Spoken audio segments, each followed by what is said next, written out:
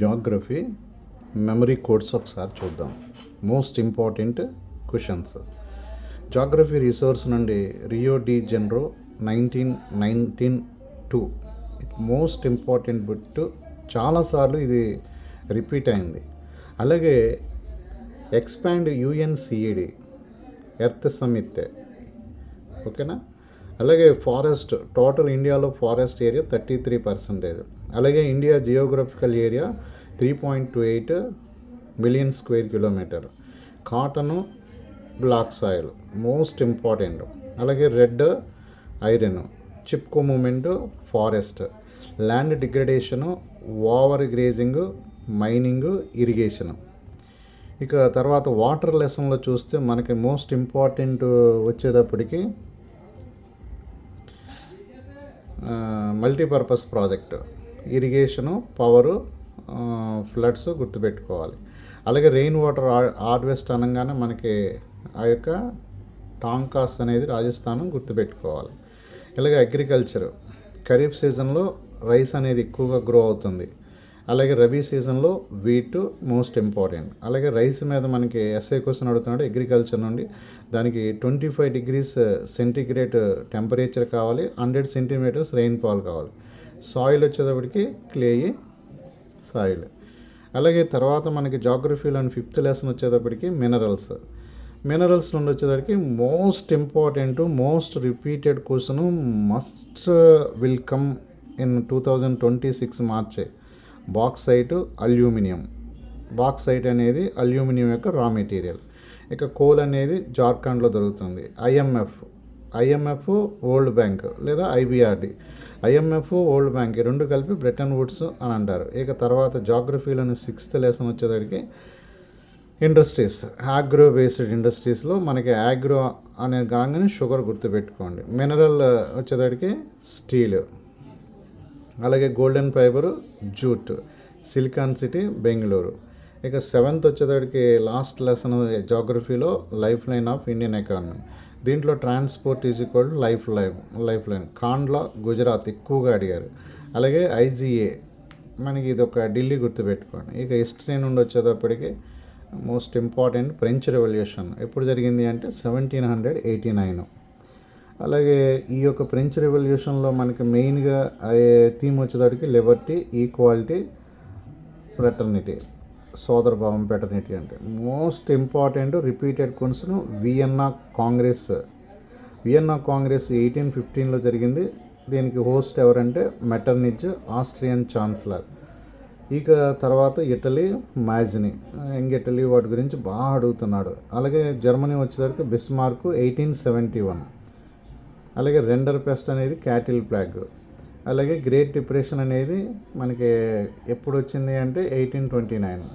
అలాగే civil డిసొబీడియెంట్ moment 1930 బాగా గుర్తుపెట్టుకోవాలి. Salt march, Dandi. అలాగే Gutenberg printing press, print, nationalism. ఇక సివిక్స్, ఎకనామిక్స్ చూస్తే federalism is equal to power division.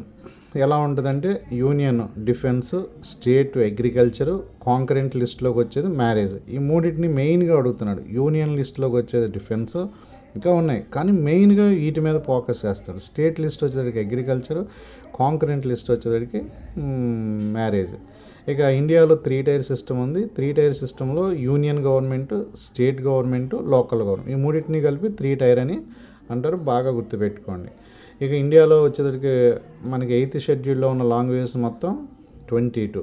అలాగే ఫస్ట్ లింగ్విస్టిక్ బేస్ మీద ఫామ్ అయినటువంటి స్టేట్ ఏది అంటే Andhra Pradesh. Okay. Next power sharing, most important question. Last year పబ్లిక్లో ఈ క్వశ్చన్ అడిగాడు. ఈ క్వశ్చన్ బాగా గుర్తుపెట్టుకోండి, ఓకేనా. హారిజంటల్ పవర్ షేరింగ్ అనేది లెజిస్లేచర్, ఎగ్జిక్యూటివ్, జ్యుడిషియరీ. వర్టికల్ వచ్చేసరికి సెంట్రల్, స్టేట్. సోషల్గా వచ్చేసరికి రిజర్వేషన్ అని గుర్తుపెట్టుకోండి. పొలిటికల్ పవర్ షేరింగ్ వచ్చేసరికి కొయిలిషన్ గుర్తుపెట్టుకోండి. Okay. Political parties, oldest political party INC. Alliance వచ్చేసరికి ప్రజెంట్ ఉన్న అలయన్స్ ఎన్డీఏ. అలాగే మేనిఫెస్టో వచ్చేటప్పటికి మనకి ప్రామిసెస్ మాట, అంటే ఎలక్షన్స్ ముందు గెలిపిస్తే మేము ఈ పనులు చేస్తామని చెప్పేది మేనిఫెస్టో. డిఫెక్షన్ అంటే పార్టీ అనేది చేంజ్ అవ్వటం, అంటే ఒక పార్టీ ద్వారా గెలిచి తర్వాత వేరే పార్టీలోకి వెళ్ళటం. మీకు ఎకనామిక్స్లోని మనం గుర్తుపెట్టుకోవాలి అంటే మోస్ట్ ఇంపార్టెంట్ పిఐసి అంటే చూడండి, పిఐసి అనేది ఎలా కౌంట్ చేస్తారు, is equal to national income by population. కాబట్టి పర్ క్యాపిటల్ ఇన్కమ్ అనేది national income by population. IMR is equal to infant deaths 1000, అంటే 1 year పిల్లల్లో 1000కి ఎంతమంది చనిపోతున్నారు అనేది ఇన్ఫాంట్ డెత్ అనేది గుర్తుపెట్టుకు, ఇన్ఫాంట్ మోర్టాలిటీ రేట్ అంటారు. హెచ్డిఐ వచ్చేసరికి హెల్త్, ఎడ్యుకేషన్, ఇన్కమ్. ఈ 3 కూడా కలిపి వాళ్ళు ఏం చేస్తారంటే హ్యూమన్ డెవలప్ ఇండెక్స్లో హెల్త్, ఎడ్యుకేషను, ఇన్కమ్, అలాగే బెటర్ దెన్ ఇండియా వచ్చేసరికి శ్రీలంక. మన ఇండియా మీద బెటర్ హెచ్డిఐ ర్యాంక్ ఉన్నది శ్రీలంక. ఇక తరువాత ఎంఎన్సి అంటే మనీ నేషన్స్, అలా గుర్తుపెట్టుకోండి. ఎంఎన్సి అంటే మల్టీనేషనల్ కంపెనీస్, కాబట్టి మెనీ నేషన్స్, ఓకేనా. ట్రేడ్ బ్యారియర్స్ అంటే ట్యాక్స్ ఆన్ ఇంపోర్ట్స్ మీద, దిగుమతుల మీద ట్యాక్స్ వేయటాన్ని ట్రేడ్ బ్యారియర్ అంటారు. లిబరలైజేషన్ అంటే ఆ యొక్క రిస్ట్రిక్షన్స్ ఏవైతే ఉన్నాయో వాటిని రిమూవ్ చేయటం. అలాగే WTO వచ్చేసరికి వరల్డ్ ట్రేడ్ ఆర్గనైజేషన్ అంటారు. ఇక అరేంజ్మెంట్ ఆర్డర్స్ మోస్ట్ ఇంపార్టెంట్, కంపల్సరీగా మనకి 12th క్వశ్చన్ దీని మీద పడుతుంది, కాబట్టి జాగ్రత్తగా చూడాలి. మనకి లెఫ్ట్ సైడ్ వచ్చేసరికి USA ఫస్ట్ ఉంటుంది, తర్వాత యూరప్ కాంటినెంట్ ఉంటుంది, తర్వాత ఆఫ్రికా ఉంటుంది, తర్వాత ఇండియా ఉంటుంది, చైనా, జపాన్. ఇటువైపు జపాన్ ఉంటుంది ఈ ఈస్ట్ వైపు, ఓకేనా. USA, Germany, Egypt, India, China, ఇవి బాగా గుర్తుపెట్టుకుంటే మీకు ఒక ఐడియా ఉంటుంది. ఇంకా 8 మార్క్స్కి 6 to 8 పాయింట్స్ రాయాలి. అలాగే 4 మార్క్స్కి 4 క్లియర్ పాయింట్స్ రాయాలి. Underline the keywords, no paragraph writing అనేది చేయకూడదు, ఓకేనా.